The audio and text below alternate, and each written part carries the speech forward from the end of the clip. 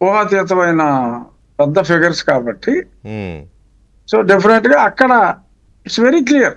ఉమ్, వాళ్ళందరూ కూడా వీళ్ళందరూ పాత్రదారులు కదా, పాత్రదారుల కమిషన్ ఉంటుందో తప్ప ఉమ్, ఏదో చిల్లర కొట్టుళ్ళు అంటారు కదా, అలాంటి అవును. చిల్లర కొట్టుళ్ళు ఉంటాయి. కానీ అసలు కొట్టు డెఫినెట్ గా మూల విరాట్కే వెళ్తుంది. లిక్కర్ స్కామ్ లో దీన్ని విజయసాయి రెడ్డి అప్రూవర్ గా మారాడు అనుకోవచ్చా? అంటే ఇప్పుడు ఆయన పార్షియల్ గా. అంటే ఆయన ఓపెన్ గానే స్టేట్మెంట్స్ ఇచ్చాడుగా. ఉమ్, ఇందులో అంతా రాజ్ కసిరెడ్డిదే కీలక పాత్ర, నేను ఒక 30 రోజులే అందులో ఉన్నాను, తర్వాత నన్ను పూర్తిగా పక్కన పెట్టారు.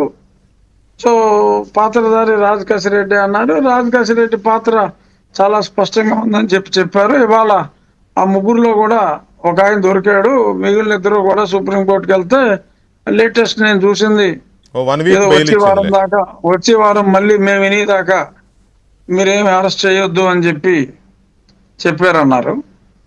అలాగే మిథున్ రెడ్డి కూడా తను కూడా సుప్రీంకోర్టుకి వెళ్తే ఈలోపు ఏదో మాట్లాడకుండా తప్ప ఏదో 4 వారాల తర్వాత ఏదో హైకోర్టు 4 వారాల్లో తీర్పు చెప్పాలి, హైకోర్టు తీర్పు చెప్పేదాకా మీరు ఆగండి అని సుప్రీంకోర్టు చెప్పినట్టుగా చూసాం. లిక్కర్ కేసు అయితే స్పీడ్ గానే ఉంది.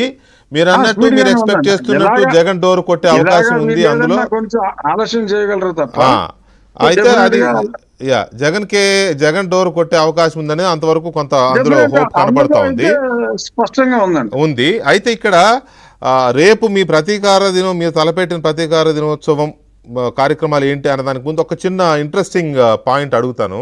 నేను కూడా నిన్న ఇవాళ విన్నాను. అది బెంగళూరులోని యలహంక ప్యాలెస్ని జగన్ అమ్మేసి ఆ దగ్గరలో అవుట్స్కట్స్లో ఏదో కొంత ల్యాండ్ కొన్నాడు అనేది లేటెస్ట్. నేను ఇవాళ ఉదయం విన్న వార్త. మీకేమన్నా ఐడియా ఉందా అది?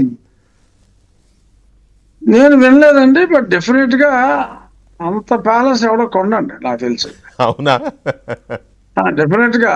ఎందుకంటే అది ఏంటంటే కొంచెం దాన్ని అంత డిఫరెంట్ మైండ్ సెట్ ఉండాలి.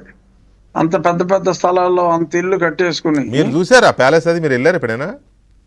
లేదు నేను వెళ్ళా, ఏదో ఫోటోల్లో చూడటం తప్ప నేను వెళ్ళలేదండి. ఆ ఫోటోలు అవి చూసాం కదా. అవును. సో అది డెఫినెట్ గా ఒక డిఫరెంట్ సైక్ ఉండాలండి. అలాంటి పెద్ద పెద్ద కోటలు లాంటి ఇళ్లలో ఉండాలి అంటే. అవును.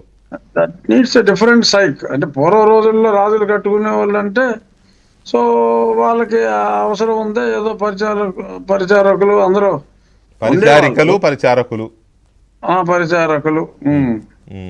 సో అవి ఉండేవారు కాబట్టి అదొక వాళ్ళు నిజంగా ఏదో ఆస్థానం సంస్థానాలు లాంటివి ఉన్నాయి.